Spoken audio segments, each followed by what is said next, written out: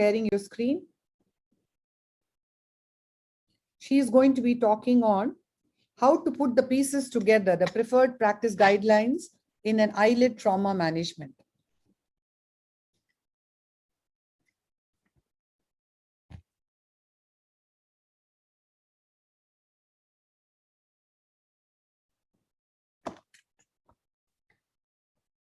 You should unmute yourself, Vidya. Yes, madam, I've done it. I think I'm audible now. Yeah. Very good afternoon, and I shall be presenting on preferred practice pattern in the eyelid trauma management. Ocular adnexal injury is a very commonly encountered clinical condition, and we need to know the basic principles of primary repair. When we repair a lid tear, we want to prevent the exposure keratopathy, ocular surface disruption. We want to address the aesthetic concerns of the patient and the probable and possible functional problems that may be associated with the lid tear. The basic principles remain the same. We need to have a very careful history followed by meticulous examination, and we need to prioritize our treatment depending upon the condition. Detailed history should be taken in case of an ocular injury, and here we need to give more importance to the mode of injury so that we don't miss out any orbital penetration or any intraocular foreign bodies. And we also should need to cover the medico-legal aspects of the surgery and the history taking. We need to know about the systemic illness that the patient may be having. And for general anesthesia purpose, we should be knowing about the time since last feed.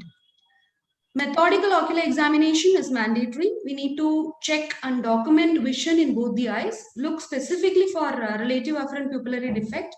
We should always be ruling out the intraocular injury and globe rupture and muscle injury. Wherever and whenever appropriate, we should be performing the appropriate radiology workup in a case of lid tear. And it's mandatory that we should have preoperative photographs before we do the lid tear repair.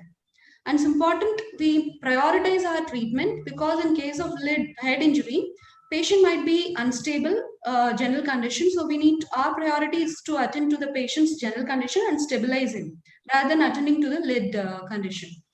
In case of globe rupture and lid tear, our priority goes to attending to globe rupture first, followed by lid tear repair.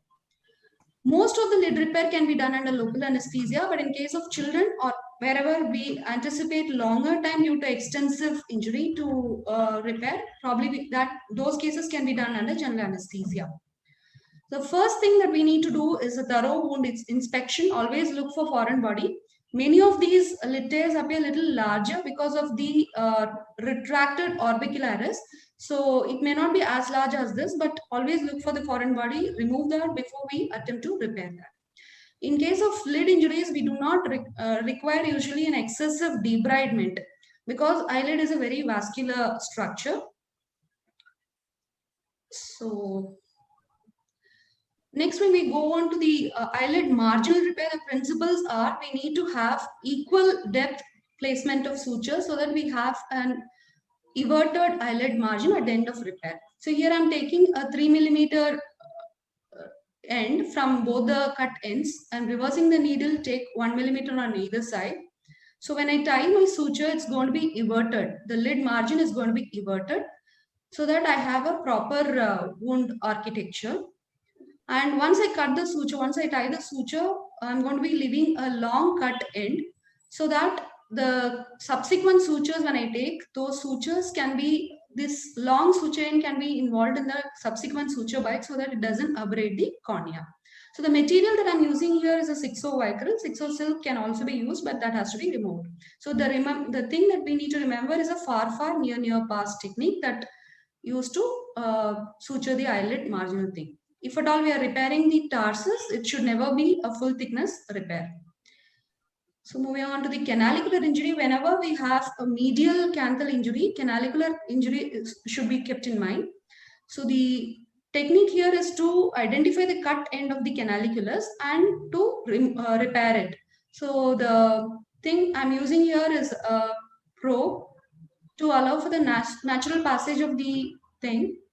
And then I'll be using a monocanalicular silicone stent, which I'll be putting in and secure it, followed by a pericanalicular suturing technique. The one that I'm inserting is a monocanalicular stent, a silicone monocanalicular stent. The questions that can be usually in our mind would be like whether we need to repair both upper and lower things. Yes, we need to repair both the upper and lower canaliculus. And the timing of surgery is as early as possible.